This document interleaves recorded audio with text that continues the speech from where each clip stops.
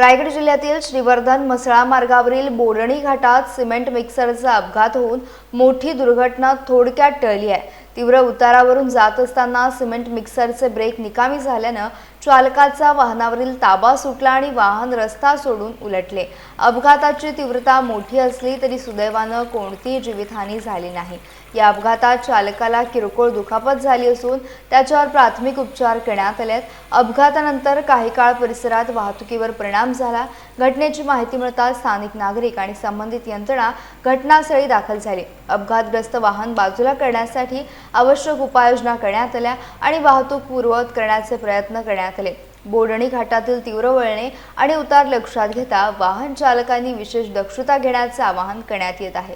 विशेषतः अवजड वाहनांनी घाट माथ्यावरून प्रवास करताना वाहनाची तांत्रिक स्थिती तपासणे आणि वेगावर नियंत्रण ठेवणे अत्यंत आवश्यक असल्याचे सांगितले जात आहे। सुदैवाने या अपघातात मोठी जीवितहानी टळल्याने सर्वांनी सुटकेचा निश्वास सोडला आहे।